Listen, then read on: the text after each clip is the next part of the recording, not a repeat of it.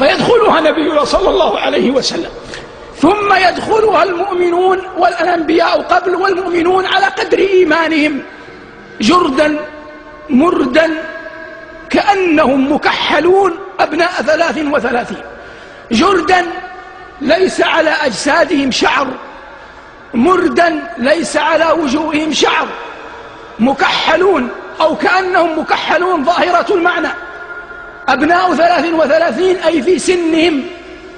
واعلم أيها المبارك أن دخول الجنة بالفضل والمنازل فيها بالعدل، ومعنى أن دخول الجنة بالفضل لن يدخل أحد الجنة إلا بفضل من الله ورحمة، لكن الناس في الدنيا تتفاوت أعمالهم، فكذلك في دخول الجنة تتفاوت منازلهم، لأن الجنة المقامات فيها بالعدل، كل حسب ما كان عليه من عمل صالح في الدنيا فدخولهم إياها يستوي فيه المؤمن السابق والمؤمن المقتصد والمؤمن المسرف على نفسه، وآخرون خلطوا عملا صالحا وآخر سيئا عسى الله أن يعفو عنهم، لكنهم في منازل الجنة فيما يظهر من استقراء الكتاب والسنة أن المنازل فيها بالعدل.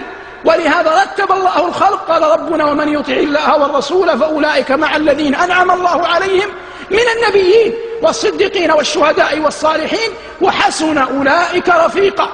فقسم ربنا تباركت أسماؤه وجل ثناؤه الناس إلى 4 أقسام، وجاءت تقسيمات أخرى. فيدخل أهل الجنة الجنة، إذا دخلوها أول ما يطعمون زيادة كبد النون، كما سئل صلى الله عليه وسلم ما تحفتهم إذا دخلوا الجنة، قال زيادة كبد النون، ثم ينحر لهم ثور الجنة الذي كان يأكل من أطرافها، ثم يسقون عليها شرابا من عين تسمى سلسبيلا، هكذا أخبر الصادق المصدوق صلوات الله وسلامه عليه.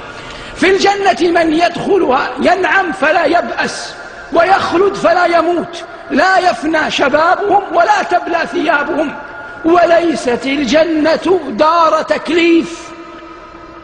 ومع ذلك يبقى أهل الإيمان يسبحون الله في الجنة، لكن تسبيحهم في الجنة لا على أنه تكليف، إنما يلهمون التسبيح في الجنة كما يلهمون في الدنيا النفس، فإنك تتنفس بصورة لا إرادية. وكذلك أهل الجنة ومع التقريب في المشابهة يسبحون الله جل وعلا كما يلهمون النفس. ومع أن هذا يفهم أن تسبيح الرب تبارك وتعالى من أجل وأعظم العبادات. وتدبروا القرآن، الله جل وعلا في القرآن سبحه الرعد، قال ويسبح الرعد بحمده، سبحته الملائكة، قال ونحن نسبح لك، قالت ونحن نسبح لك كما قال الله في القرآن، وسبحه المؤمنون، وسبحه الجبال، إنا سخرنا الجبال معه يسبح، وسبحته الطير والطير محشورة. وأجمل جل وعلا عم جعلها عامة، قال وإن من شيء إلا يسبح بحمده.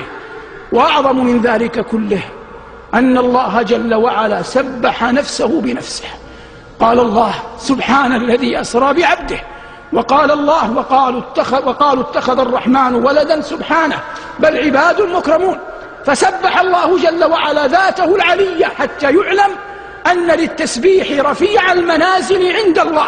وهذا نبي الله زكريا يبتلى بأن يبقى له آية بأنه لا يكلم الناس رغم استواء خلقته، ألا تكلم الناس 3 ليال سوية، ومع ذلك قال الله له وسبح بالعشي والإبكار.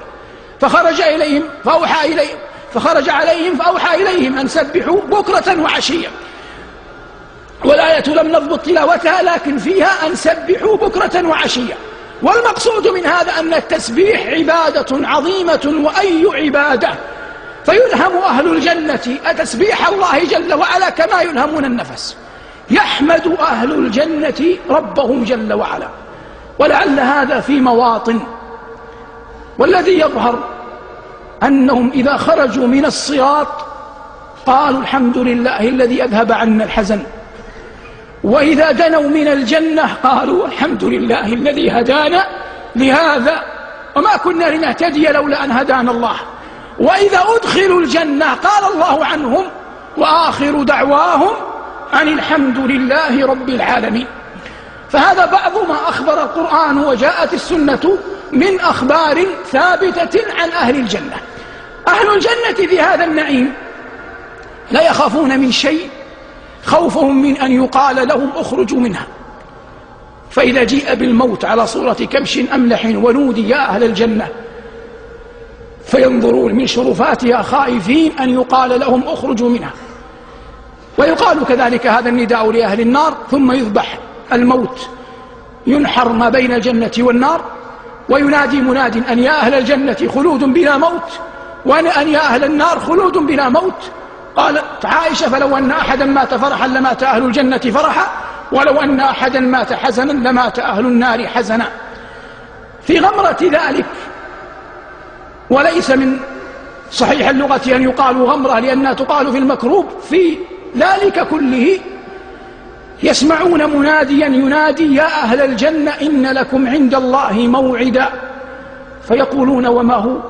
ألم يثقل موازيننا؟ ألم يبيض وجوهنا؟ ألم يجرنا من النار؟ ألم يدخلنا الجنة؟ فيكشف الحجاب فيرون وجه ربهم تبارك وتعالى، فلا يلتفتون إلى شيء من النعيم هو أجل ولا أعظم من رؤية وجه الله. رزقني الله وإياكم لذة النظر إلى وجهه العظيم. هذه العطية الفاخرة التي لا تعدلها عطية، وهي لذة النظر إلى وجه العلي الأعلى جل جلاله.